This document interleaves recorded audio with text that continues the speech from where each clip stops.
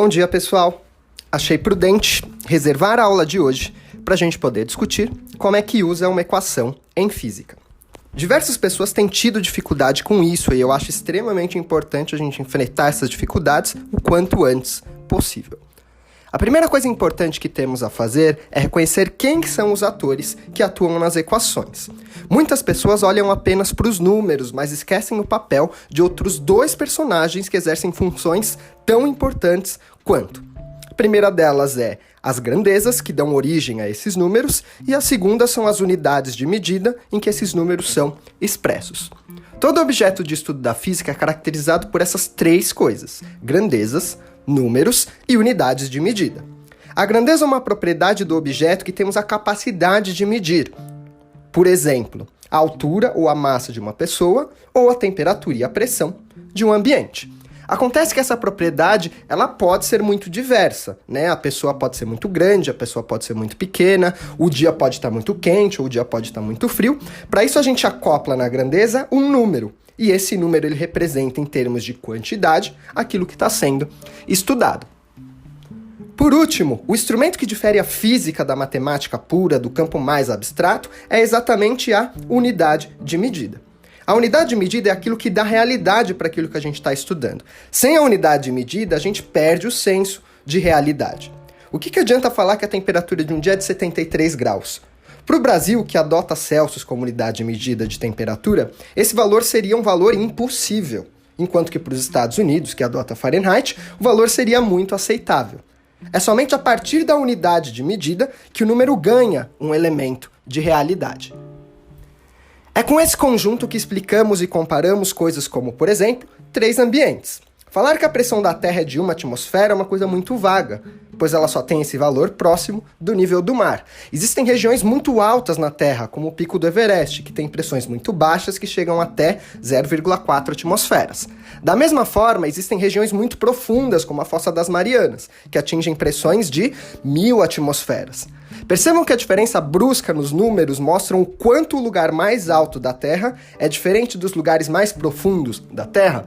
A física busca explicar racionalmente todos esses números. Nesse caso, uma das explicações possíveis está associada ao número de partículas que ocupam o mesmo espaço nos três lugares. Enquanto na Terra existem um número de 10 mols de partículas ocupando esse espaço, esse mesmo espaço no Pico do Everest poderia ser ocupado por 1 mol de partículas.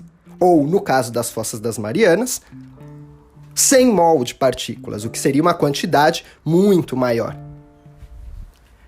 As equações elas exercem um papel fundamental, pois é exatamente por meio delas que conseguimos fazer estimativas desses valores, como era o objetivo da nossa última tarefa: descobrir o número de partículas que existe dentro de uma panela de pressão e descobrir também o quanto de pressão essas partículas exercem quando ela está em pleno funcionamento. Para mostrar para vocês um passo a passo do uso das equações, vamos começar fazendo a correção da questão 5 da última tarefa. Se voltarmos ao enunciado, perceberemos que nos é perguntado sobre o estado inicial da panela de pressão, ou seja, quando ela ainda não foi ligada e está sob as condições do ambiente. É importante para nos organizarmos registrar todos os dados que conseguimos retirar do enunciado. Então, lendo, a gente retira uma pressão de 1 atmosfera, uma temperatura de 27 graus Celsius, que, somado 23, podemos transformar para 300 Kelvin. A constante tem um valor fixo de aproximadamente 0,08 quando trabalhada com as unidades atm, litro, mol e Kelvin. E o problema demanda que utilizemos a equação de estado PV igual a nRT. Agora perceba que das 5 grandezas que existem na fórmula, nos foram fornecidos apenas 4. O número de partículas que está faltando é exatamente o que a gente tem que descobrir nessa primeira situação.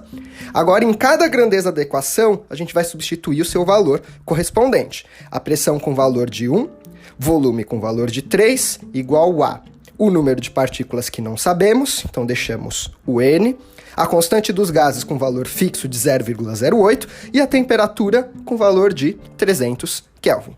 Para resolver a equação, precisamos proceder com cuidado em cada um dos lados.